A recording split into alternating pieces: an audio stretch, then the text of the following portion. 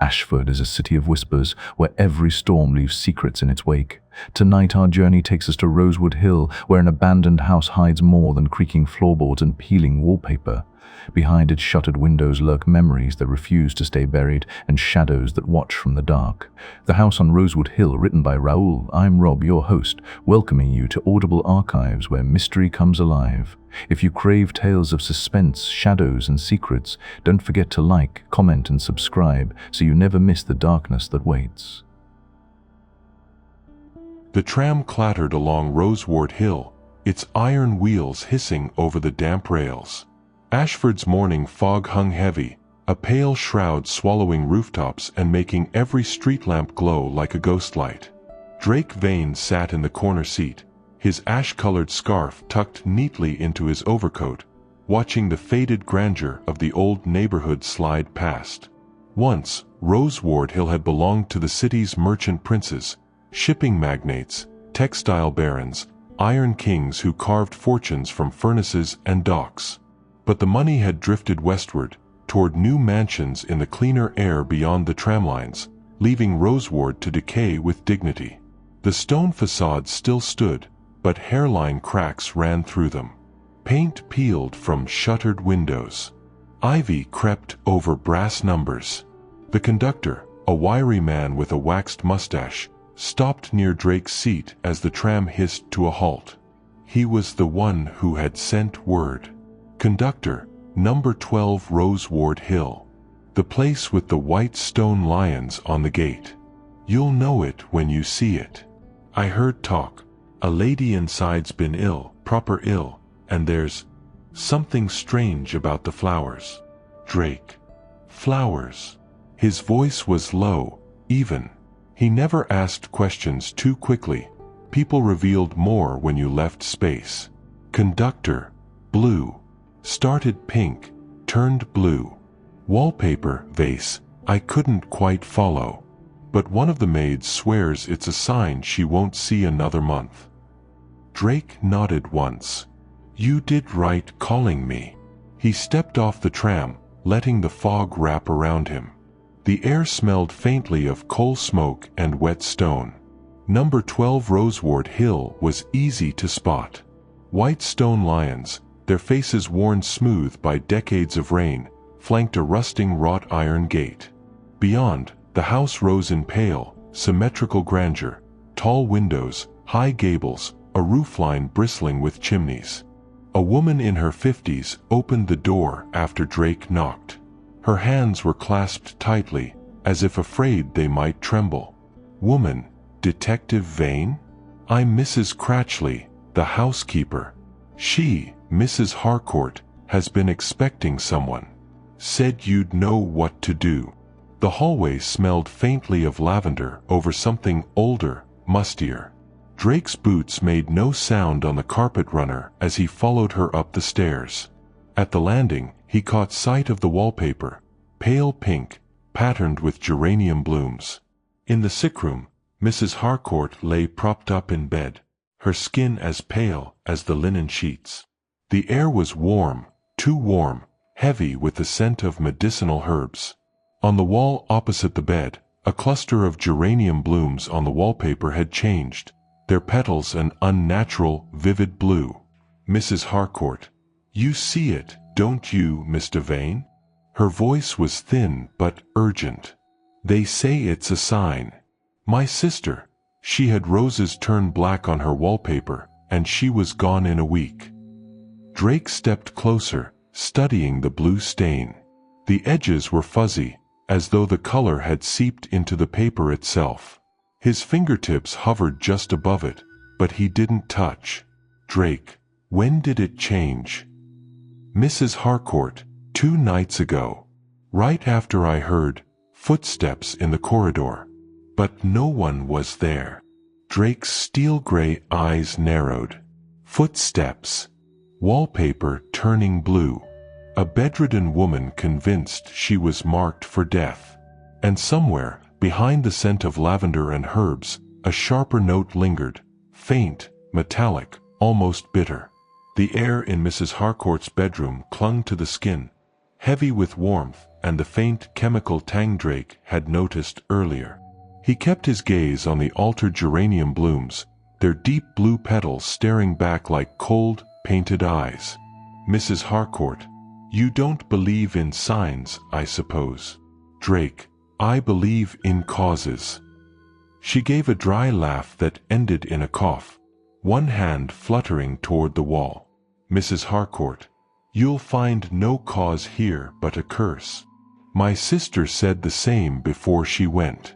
And my father, years before that. The flowers change, the heart stops. It's the way of this house." Drake didn't reply immediately. He scanned the edges of the wallpaper. The change in pigment wasn't a surface paint. The color had seeped in, like a slow bruise spreading through paper fibers. Damp. But damp laced with something else.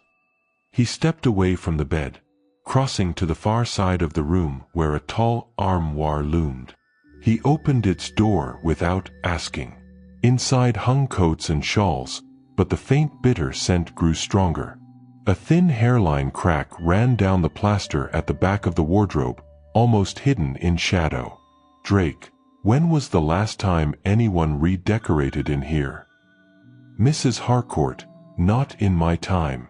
My late husband, George Harcourt, said it wasn't worth the trouble. Everything in this room is as it was when his father lived here." Drake crouched and traced the crack in the plaster with a gloved fingertip. Dry to the touch at the top, but near the base it was faintly cool, even in the oppressive heat. A slow seep from behind the wall. When he straightened, Mrs. Cratchley stood in the doorway, her face pale. "Mrs. Cratchley, detective, you should see the servants' passage. Something's happened." The passage. The narrow back corridor smelled of dust and disuse. The housekeeper led him down twisting steps to a section where the wallpaper had been stripped away entirely, leaving raw plaster exposed. A blotch of blue spread across the surface, not geranium-shaped, but a shapeless bloom like spilled ink. "Drake, this happened overnight?" "Mrs. Cratchley, no, sir. I came down last evening and it wasn't here. By morning, this." Drake leaned close, nostrils flaring slightly at the bitter metallic odor. He knew that smell from somewhere. Army days. An old munitions store, maybe. Or from the paints used in maps before the regulations changed. Footsteps echoed above. A younger woman's voice called down. Voice. "Is he here?" "The detective." Mrs. Cratchley's eyes tightened. "Mrs. Cratchley, that's Miss Eleanor, the niece. She's strong-willed." Eleanor Harcourt. She was in her late 20s, her dress neat but not fashionable, her gaze sharp. "Eleanor, if you've come to indulge my aunt's fancies about walls turning colors, you'll be wasting your time. She's been unwell for years. The mind wanders." "Drake, I'm here because someone wanted me here." "Eleanor, then I hope that someone will also pay you. I have my hands full keeping this house solvent without detectives poking about." Her tone was brittle, but beneath it, Drake heard strain, and not just financial. He returned to Mrs. Harcourt's room once Eleanor had gone. "Drake, have you noticed any change in taste, Mrs. Harcourt? In your water, tea, or food?" She blinked.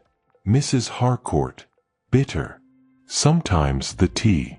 Cratchley says it's the leaves, but..."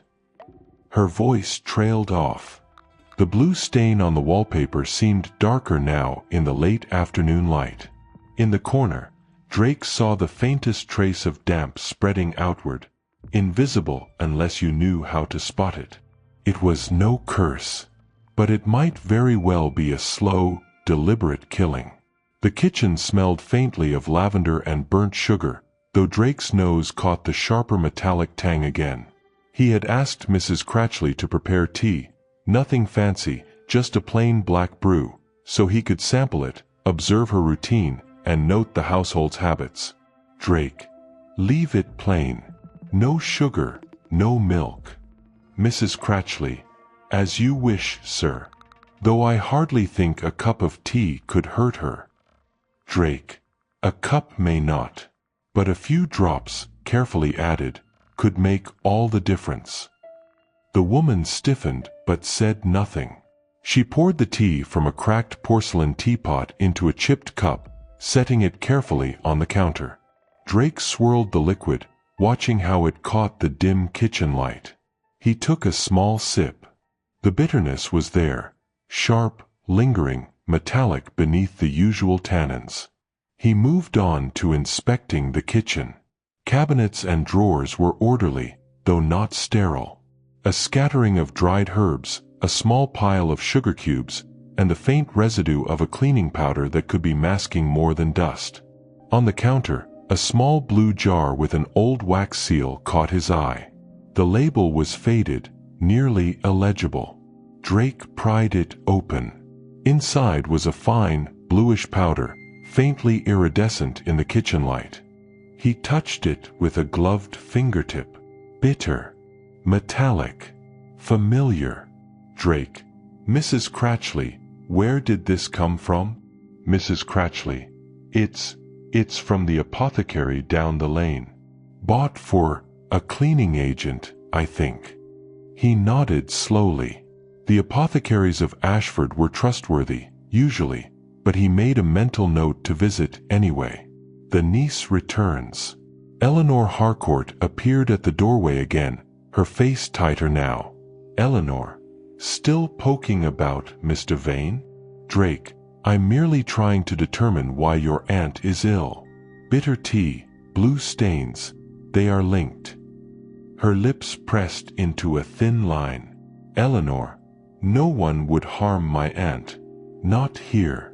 This is a house of tradition, of family. We guard each other fiercely. Drake observed her. Steel-gray eyes, tight jaw, a hand twitching as if resisting the impulse to gesture toward the cupboard. Not fear. Not exactly. Worry, maybe. Or secrecy. A hidden passage. Later, Drake explored the back hall again.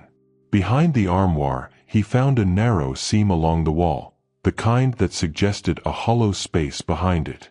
Dust settled strangely along the base, and the bitter metallic scent intensified. He pressed his ear to the wall. The faintest drip echoed from somewhere beyond. Not water, something thicker. Something that had been added deliberately.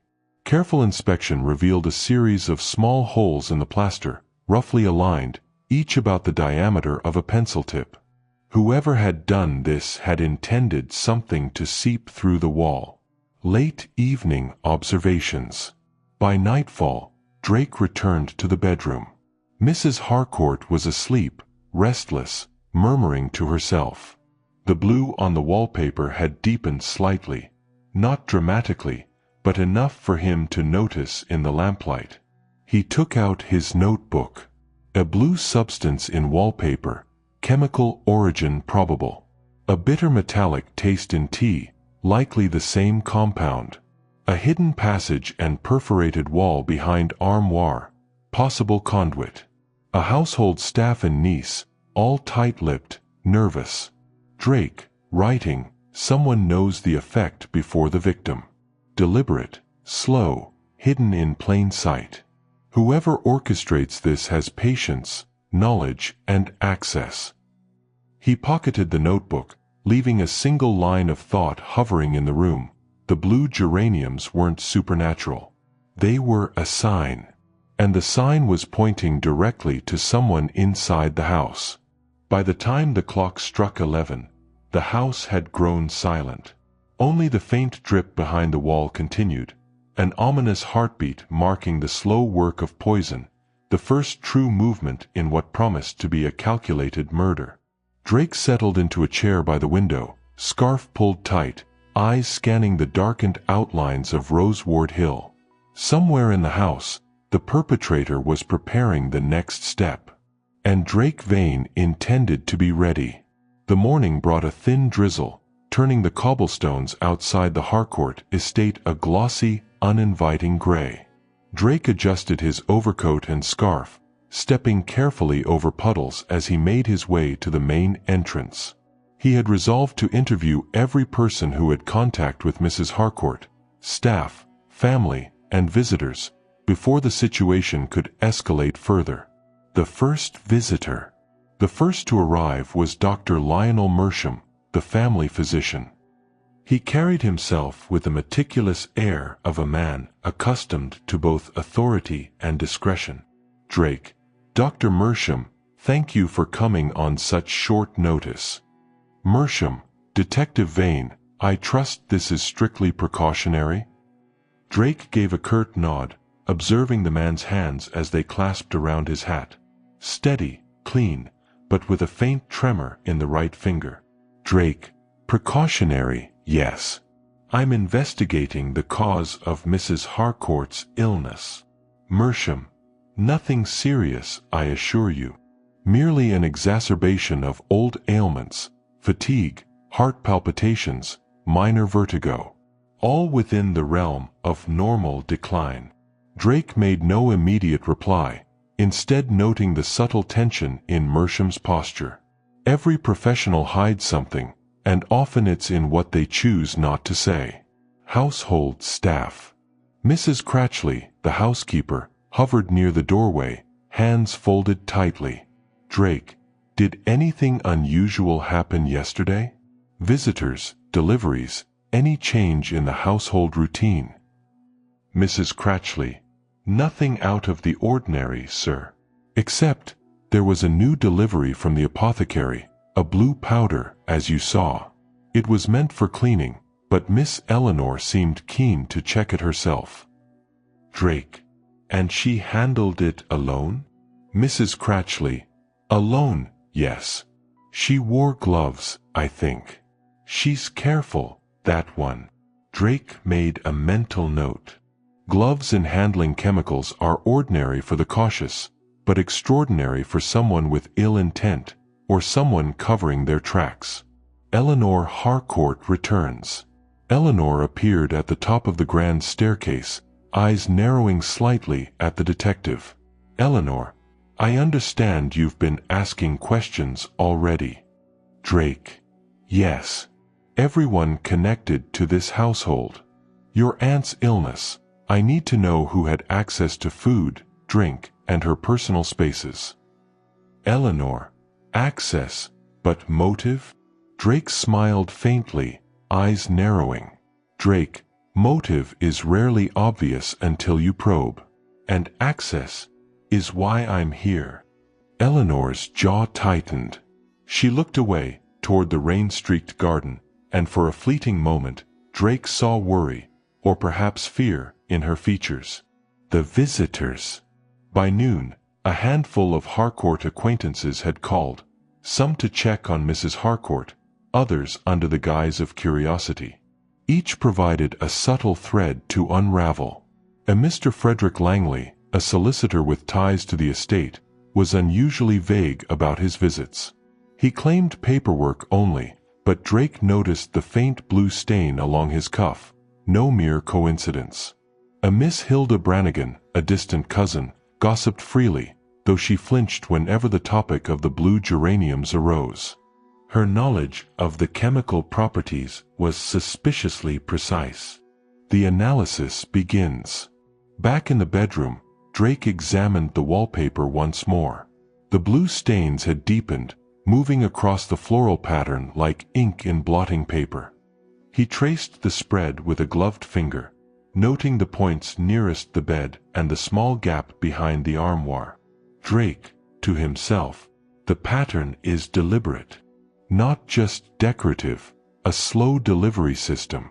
Whoever did this is meticulous, patient, and knowledgeable. He reached into his coat pocket, drawing out his notebook. A blue powder appears in tea, wallpaper, possibly clothing. A method: slow diffusion through contact and air. A suspects: Eleanor, access and gloves; Langley, stained cuff; Brannigan, chemical knowledge. Drake knew this was just the beginning. A single misstep in the household could accelerate the poison's effects, leaving Mrs. Harcourt in critical danger before the perpetrator was discovered. An unexpected discovery. While examining the armoire, Drake noticed something peculiar: a small, folded paper wedged in the back, partially hidden behind a coat. He unfolded it carefully. The note was brief, written in a hurried hand. "Do not trust the water. Keep the tea clear. Only the blue will reveal the truth." Drake's pulse quickened. Whoever had left this message knew the danger intimately, and perhaps knew the detective would find it. He slipped the note into his notebook. This was no ordinary case of illness or superstition. This was deliberate, calculated, and escalating. The rain intensified outside, drumming a constant rhythm against the window panes. Inside, Drake Vane stood in the dim room, the shadows of the blue geraniums stretching across the floor. The house was quiet, but the air was thick with anticipation. Somewhere within the walls, behind closed doors and veiled smiles, the perpetrator moved. Drake had to move faster, piecing together the web of access, motive, and opportunity before the bloom claimed its next victim. The following morning, Ashford was swallowed in a thick fog that rolled over the tramlines like a restless ghost. Drake Vane left the Harcourt estate before dawn, carrying a small sample of the blue powder, carefully wrapped in oilskin to prevent contamination. His destination, a modest chemical laboratory on the outskirts of the city, one he trusted for discretion and precision. Arrival and setup. Drake entered the lab quietly, nodding to the chemist, Mr. Calloway, a meticulous man with spectacles perpetually sliding down his nose. "Drake, Mr. Calloway, I need your full attention. This sample is delicate and potentially dangerous." Calloway: "Of course, detective. What's the source?" Drake: "Harcourt Estate. There's been a case of deliberate poisoning, and I need to know exactly what we're dealing with." Calloway's hands were steady as he set up a small workstation.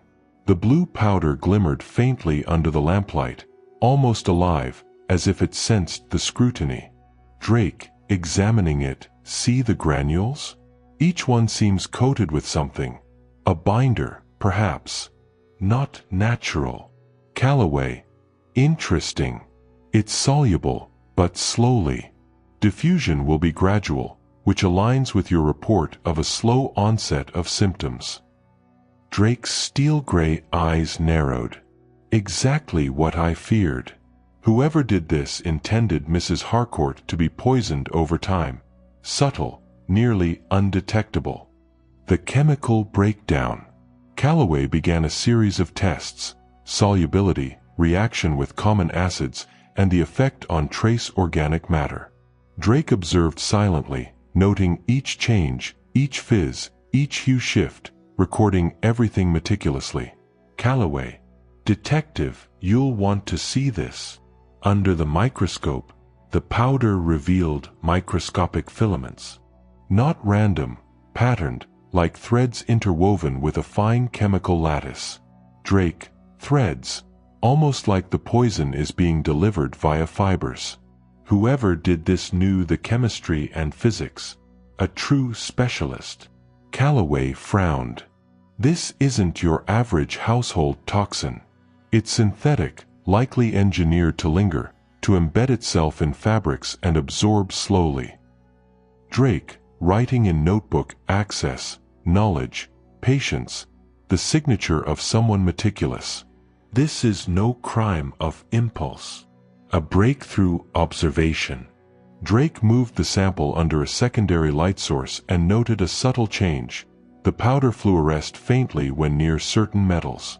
Drake: "The wallpaper, brass fixtures, the tea set. Whoever applied this knew it would react selectively. The poison isn't just in the powder, it's activated by the environment." Calloway raised an eyebrow. "You mean it becomes potent only under certain conditions?" Drake: Exactly. Which narrows our suspect pool considerably. Only someone with intimate knowledge of the Harcourt household would know these details. He paused, thinking aloud. Eleanor's cautious handling, Langley's stained cuff, Brannigan's chemical familiarity. One of them had to orchestrate this perfectly. The next step. Drake knew he needed more than chemical analysis. He needed behavioral insight. Who had motive strong enough to craft such a meticulous plan, and opportunity precise enough to carry it out? He jotted notes in his oilskin notebook. Eleanor Harcourt, access to the powder, gloves, curiosity about the chemical properties, emotional tie to the victim. A Frederick Langley, frequent visits, possibly personal gain. Stain on cuff hints at contact. A Hilda Brannigan, chemical knowledge, flinches at mention of blue geranium. Could handle poison safely. Drake leaned back, tapping his lips thoughtfully. This was no ordinary family quarrel. This was calculated, and the perpetrator was likely watching him as closely as he was observing them. A disturbing note. Before leaving the lab, Drake retrieved the previous note from the armoire. Do not trust the water. Keep the tea clear. Only the blue will reveal the truth. Drake muttered under his breath. The message suggests awareness. Someone is signaling either guilt or warning. Either way, it narrows the timeline. Whoever left this knew I'd find it. Calloway cleared his throat. Detective, with your permission, I'll begin replicating the conditions in the estate, but discreetly. Perhaps we can see how it reacts in situ without putting anyone at risk. Drake nodded. Do it, but quietly. This house is a pressure cooker. One spark and everything will ignite. The fog outside was lifting as Drake left the lab, the city awakening with its usual clamor of trams, vendors, and distant bells. Yet inside him, a silent storm churned. The slow precision of the poison mirrored the slow unraveling of human secrets, and Drake knew it was only a matter of time before the threads tangled into something far deadlier. He glanced at his watch, the cracked brass glass glinting in the morning light, and whispered, "Time to see whose hands are really clean." Entering the house.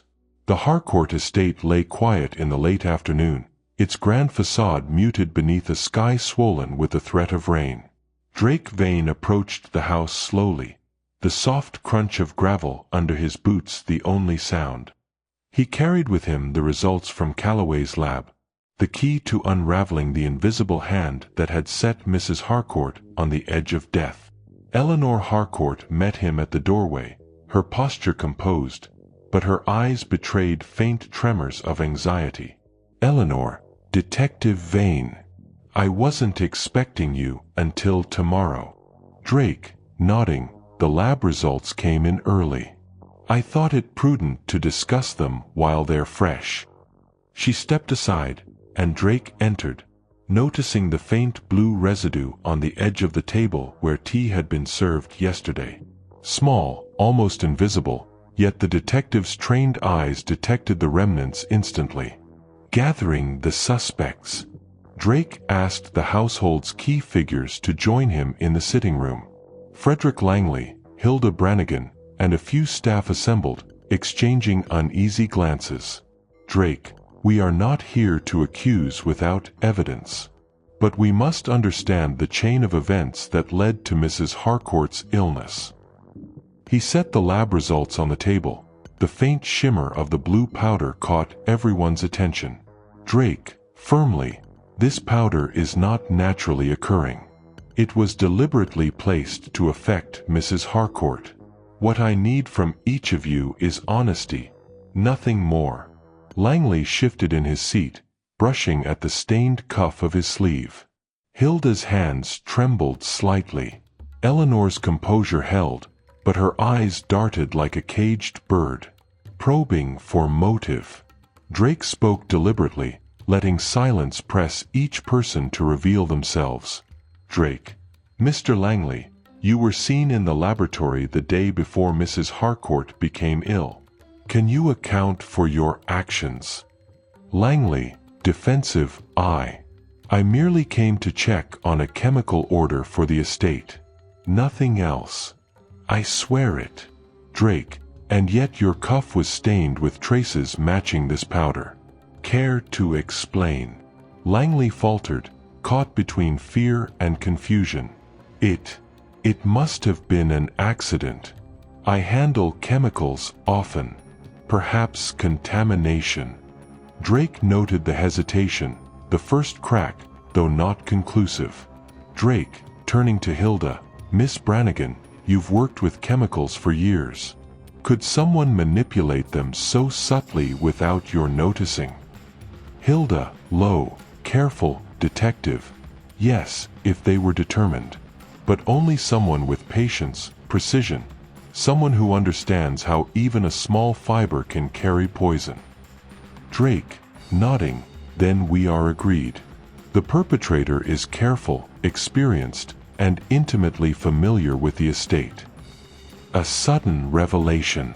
Drake paused, letting the weight of the investigation settle.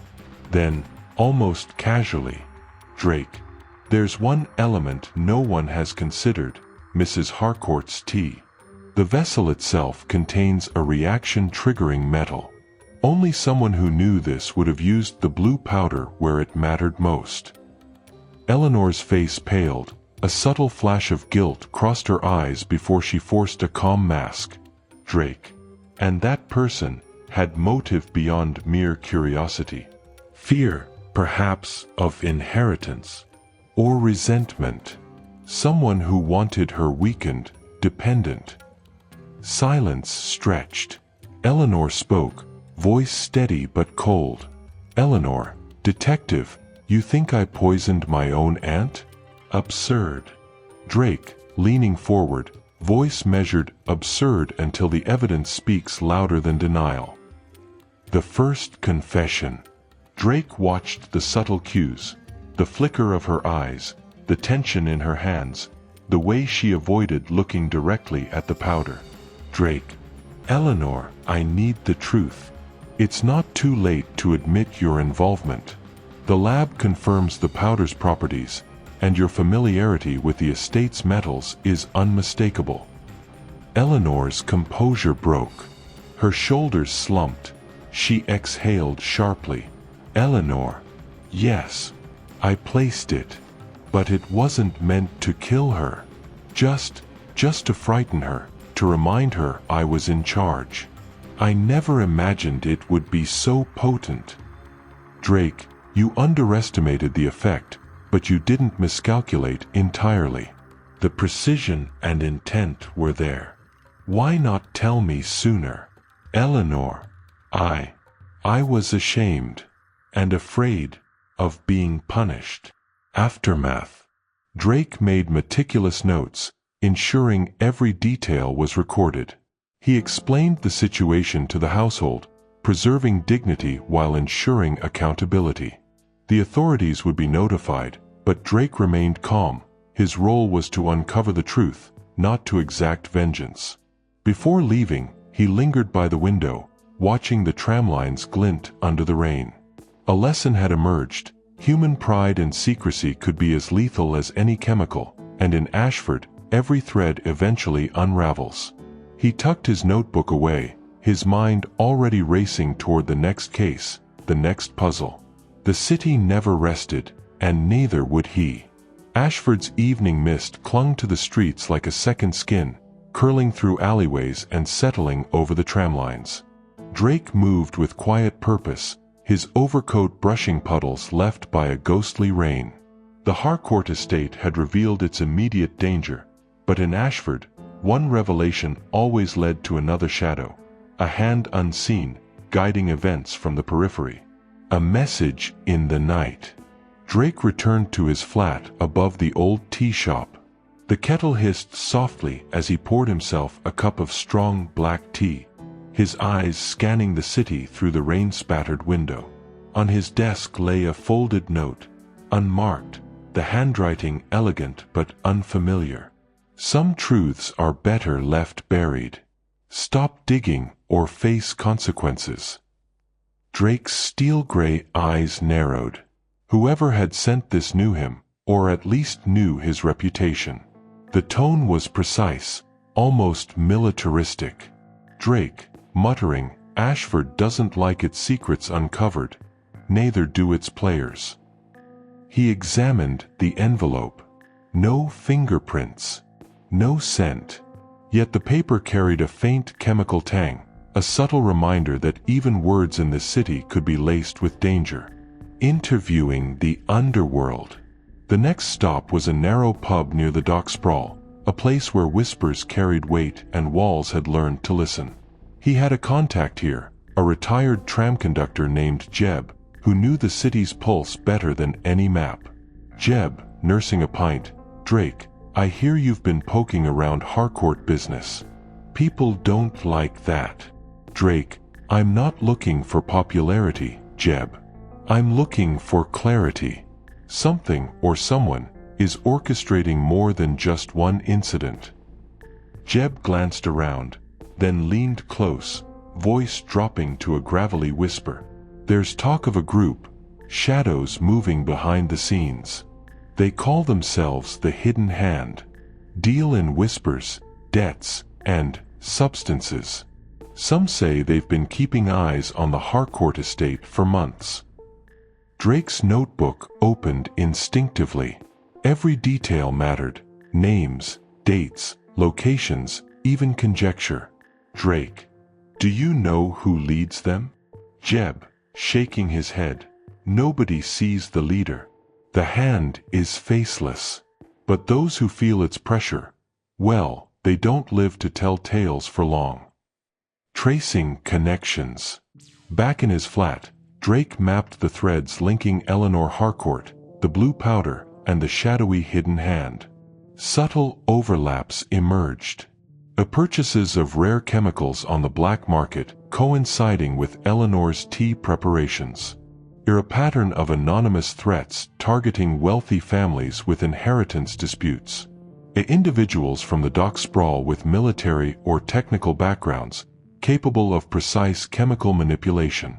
Each piece deepened the puzzle, suggesting Eleanor's act might have been influenced, or even manipulated, by a larger, unseen force. Drake, thinking aloud, she might be a pawn, not the player. But who moves the strings?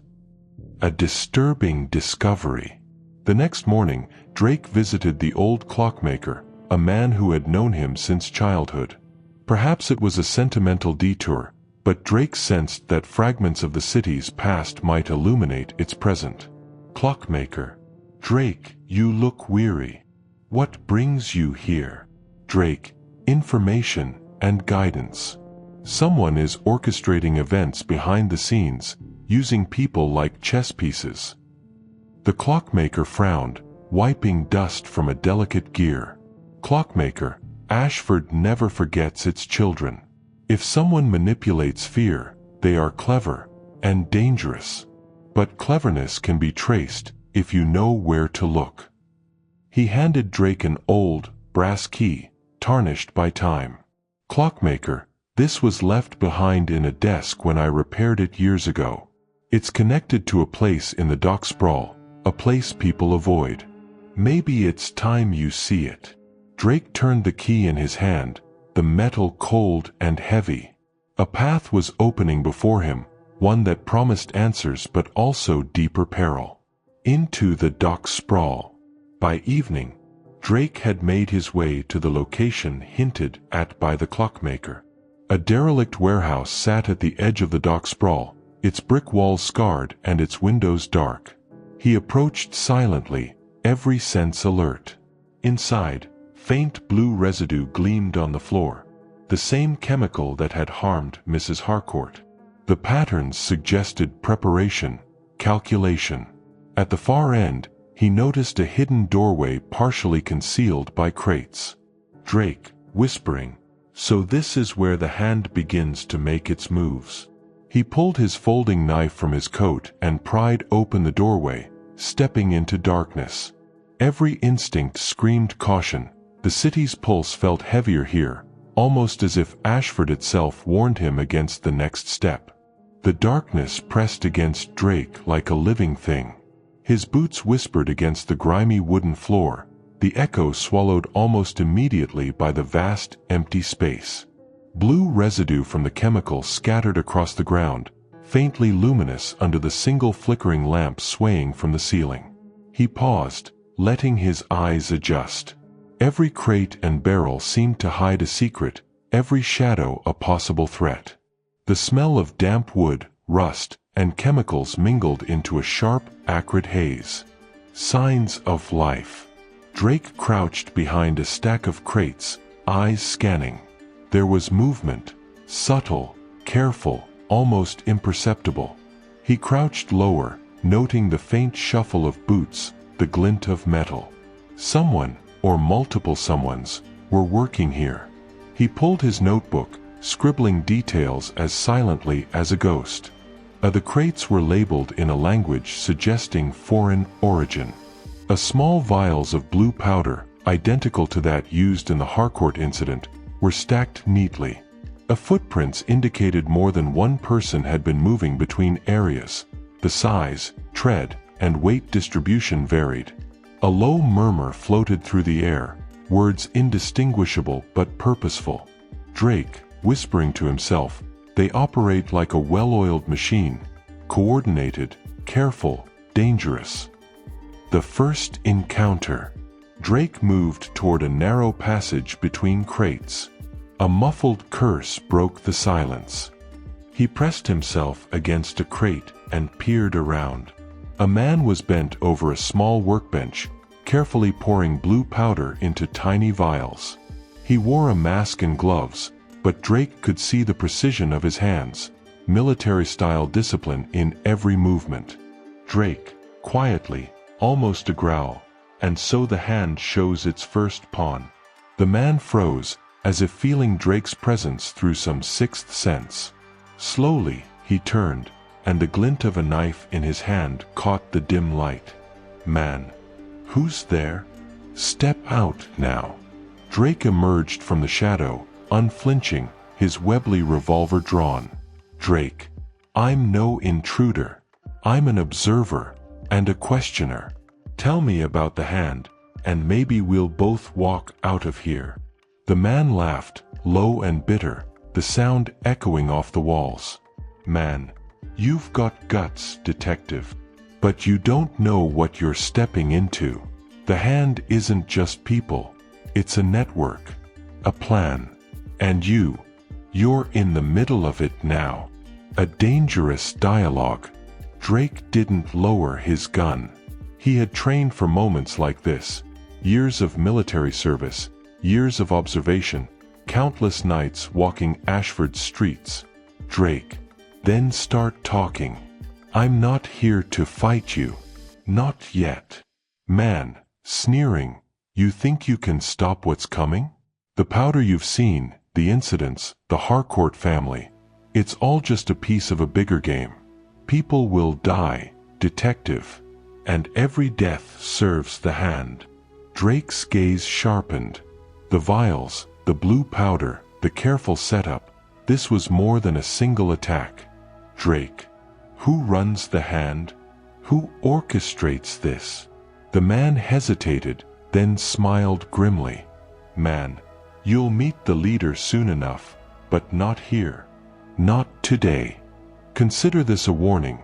You've stepped into Ashford's shadows. And some shadows, they never let go. Before Drake could react, the man slipped through a hidden door at the back, vanishing like smoke. Mapping the network. Drake examined the workbench. Carefully organized papers, chemical samples, and a ledger detailed locations and contacts. He photographed the evidence with his pocket camera, noting everything. Addresses in Ashford tied to wealthy families and political figures. Contacts in the dock sprawl and industrial districts. Dates and times correlating with suspicious shipments. He realized that this was no ordinary criminal gang.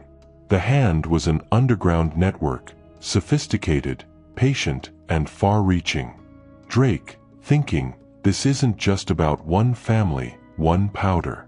This is about control, manipulation, and fear. Plans in the shadows. Drake pocketed the ledger carefully, every sense alert. The man's presence had been fleeting, but the information he provided was a key. Fragile, dangerous, and invaluable. Drake, thinking aloud, Lorne, a philanthropist, a face in high society, and a puppeteer behind the hand. That explains the precision, the resources. Everything points to him. The older man stepped back into the shadows, blending with the darkness as if he were part of it. Drake had no time to question him further. In Ashford, hesitation was a luxury. He melted into the foggy streets, retracing steps with care, aware that every corner, every lamppost could conceal a watcher. The dock sprawl had a rhythm, footsteps, distant shouts, the occasional clatter of a crate. But now, Drake could read it differently, like sheet music hinting at hidden patterns. Connecting the dots. Back in his flat above the old tea shop, Drake spread out the evidence. Ledgers, photographs, the clockmaker's key, and the notes from the dock sprawl warehouse. He traced lines between names, shipments, and blue powder incidents, noting patterns of timing and location. Drake, muttering, the Harcourt incident, the ledger, dock sprawl operations, it's all testing the network, testing reactions. And Lorne is watching, always watching. He paused at a photograph of the blue powder vials. Each vial represented control, fear, and leverage. Lorne's hand was everywhere, but unseen, a shadow over the city's elite. Drake, he thinks he's untouchable, but every hand leaves a mark. The next move. The night deepened, fog curling like smoke around the city streets. Drake knew the next step required precision, infiltration, observation, patience. Any misstep could alert Lorne or his agents, and the hand would strike before he even realized. Drake, to himself, resolute, one step closer, one shadow at a time. Ashford's secrets don't hide forever. He prepared his kit, camera, revolver, notebook, lockpicks, and a small vial of evidence sealing powder. Every tool had its purpose. Every precaution mattered. Drake's gaze lingered on the city skyline, lights winking like distant eyes. Somewhere in that glow, Lorne moved, orchestrating his next act. But tonight, Drake would be ready. Tonight, the hunter would become the shadow. The preparations. Drake spent the rest of the day preparing. Every piece of evidence, every ledger entry, every map of the hand's operations was laid out before him. He planned for observation, for escape, and for contingencies he hoped he wouldn't have to use. Drake, to himself, checking his revolver, no surprises, no missteps, and a way out, always a way out.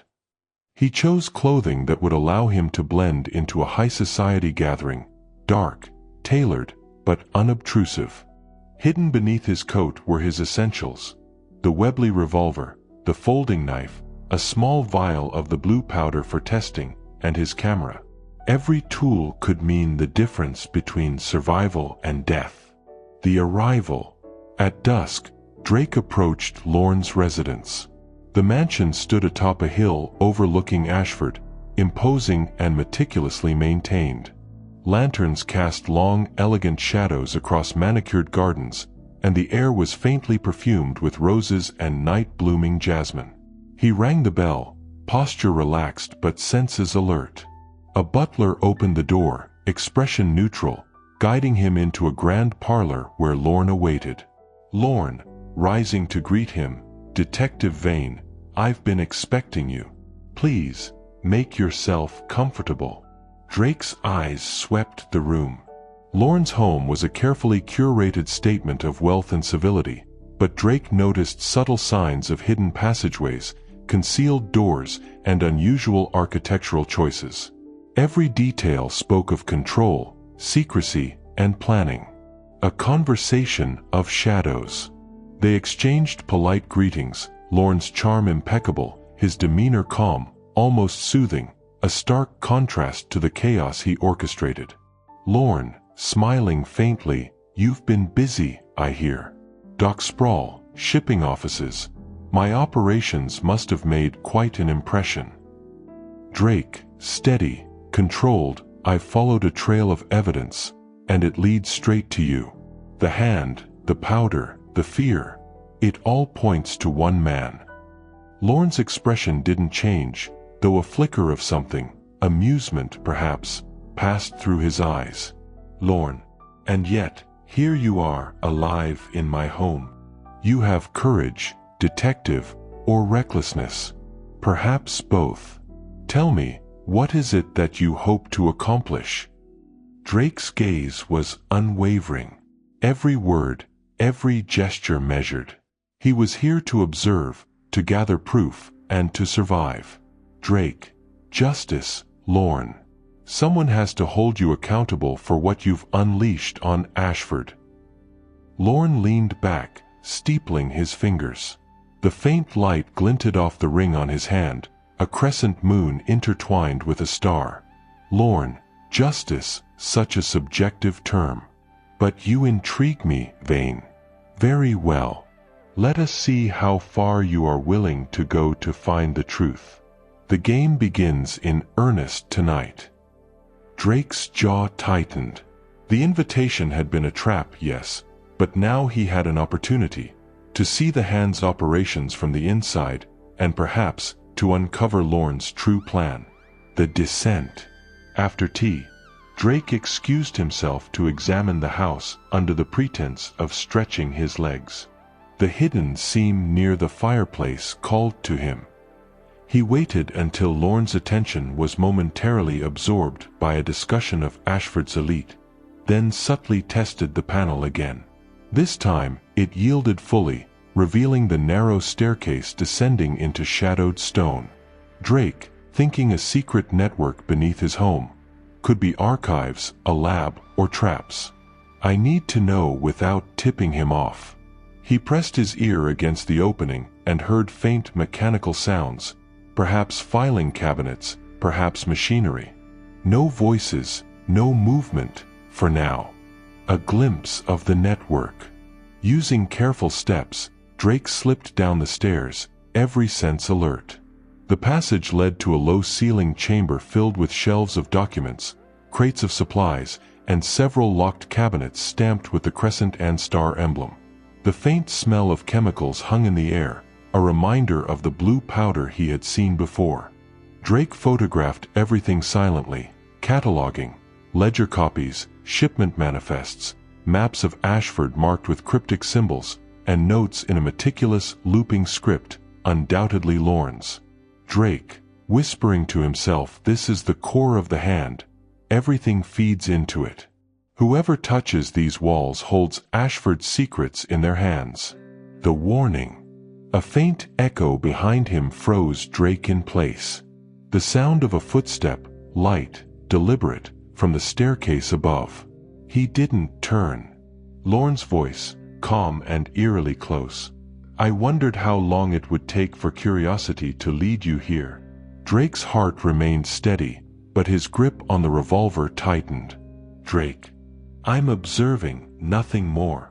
I want evidence, not a fight." Lorne descended slowly, hands visible, expression neutral. Yet every step radiated control. "Lorne, a wise stance. But remember, detective, in Ashford, observation can be as dangerous as action. The shadows you seek to illuminate sometimes have teeth." Drake met his gaze, unwavering.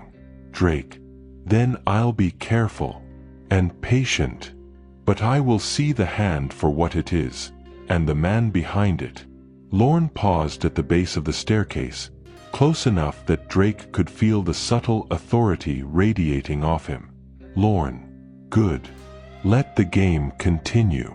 But know this, detective, some secrets, once glimpsed, change the observer forever."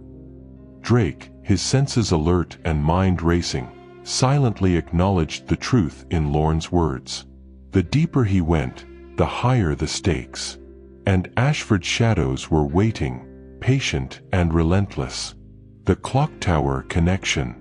Drake tucked the letter into his coat and moved deeper into the labyrinthine chamber. Among stacks of ledgers, he found maps of Ashford with certain locations marked. Warehouses, shipping offices, and, prominently, the clock tower in the dock sprawl. Small notes in the margins suggested timed events, coded schedules, and personnel assignments. Drake, thinking the clock tower isn't just a landmark, it's a control point.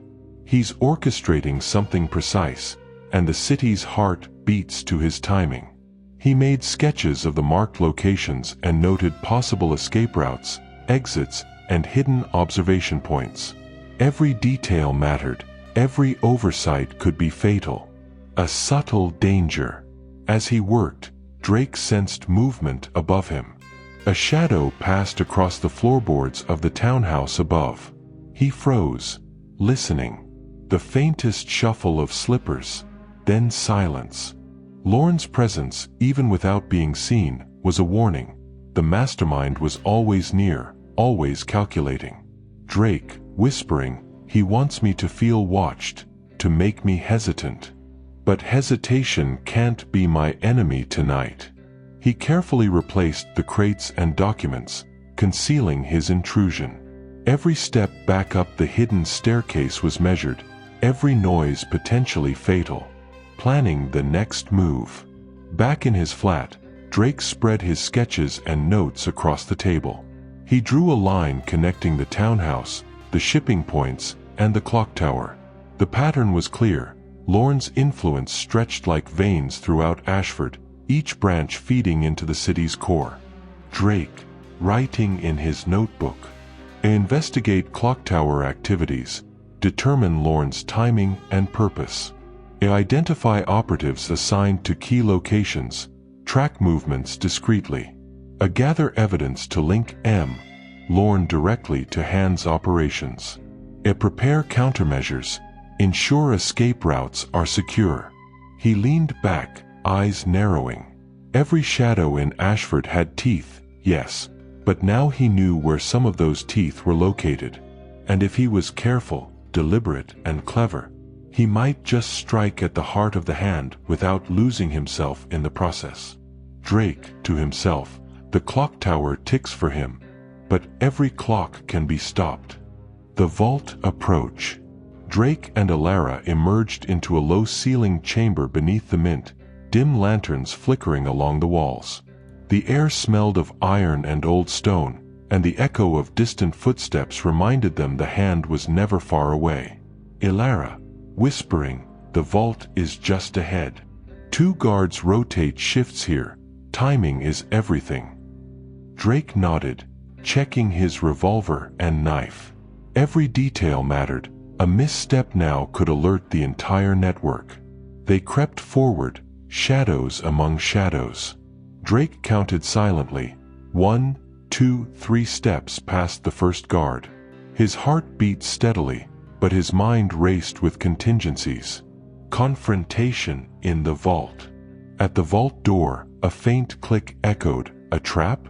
Drake froze. Alara signaled him to wait. They observed 2 more figures inside, sorting gold ingots into crates. The faint crescent and star emblem gleamed under the lantern light. Drake, whispering, "We need them distracted, not alerted. I'll create a diversion. You cover the rear." Alara nodded, her eyes narrowing. Drake tossed a small rock into a corner of the chamber, drawing 1 guard away. With precise movement, he disabled the remaining operative, folding him silently into the shadows. The gold secured. Alara moved quickly to the crates, inspecting the locks. "It'll take a few minutes to open, but we can do this," she murmured. Drake kept watch, revolver ready. Finally, the vault yielded its treasure, gold ingots stacked neatly, along with ledgers detailing every shipment. Evidence and wealth intertwined. Drake's mind raced. This was the leverage they needed against Lorne, the Hand's kingpin. Drake, quietly, "We take what we can carry and vanish before the patrols notice. The rest becomes proof." Ilara, grinning faintly, "Let's make history, detective." A narrow escape. Carrying the gold and ledgers through the tunnels, they retraced their path toward the clock tower. Footsteps echoed behind them. The Hand had noticed something amiss. Drake, to Ilara, "Urgent, split at the junction. Regroup at the safe house. Don't engage unless necessary." They separated, moving like phantoms through the labyrinthine undercity. Behind them, shouts and hurried footsteps signaled the Hand's response. Fast, organized, and deadly. By the time they emerged into the fog-drenched streets of Ashford, their chests heaving but minds sharp, Drake knew one thing with certainty: Lorne would know. And when he did, the game would escalate. Drake, thinking, steely, the Hand has been struck. But the lion is awake now, and it's hungry. Resolution and reflection.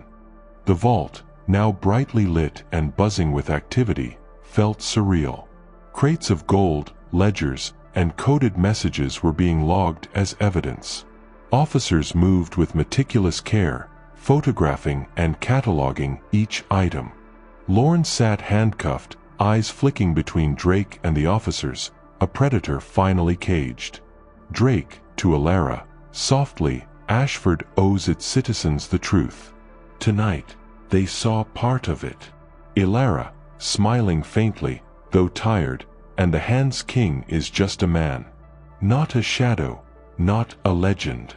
The city awakens. Above ground, the fog of Ashford seemed lighter, almost hesitant, as if the city itself sensed the shift. Drake walked through the narrow streets, the echo of footsteps and distant tram bells marking the night's end. Even in victory, he felt the city's pulse, restless, watchful, and endlessly mysterious. Drake, thinking, every shadow has a shape. Every secret has a cost. Tonight we paid it, but Ashford will never stop hiding. A quiet departure. Ilara slipped away into the mist, her role fulfilled but her mission far from over. Drake remained, surveying the city from the high bridge above the docks. The wind tugged at his overcoat, carrying with it whispers of intrigue, corruption, and opportunity. Drake, to himself, resolute, one battle won, but the war for Ashford's soul continues. I'll be ready, whatever shadows come next. With that, Drake vanished into the fog, a lone figure among the twisting streets and secrets of a city that refused to sleep, vigilant, patient, and unyielding. Resolution. Drake returned to his modest flat above the tea shop, weary but satisfied. The city's pulse had shifted slightly, the streets safer, if only temporarily. He poured himself a small measure of coal-aged whiskey, savoring the quiet triumph and the rare peace that came after a storm of shadows. Drake, to himself, the city calls, and I answer. But tomorrow, it will call again. He opened his notebook, jotting observations, reflections, and the details of the night's operation. Each word was precise, a record of strategy, caution, and calculated risk.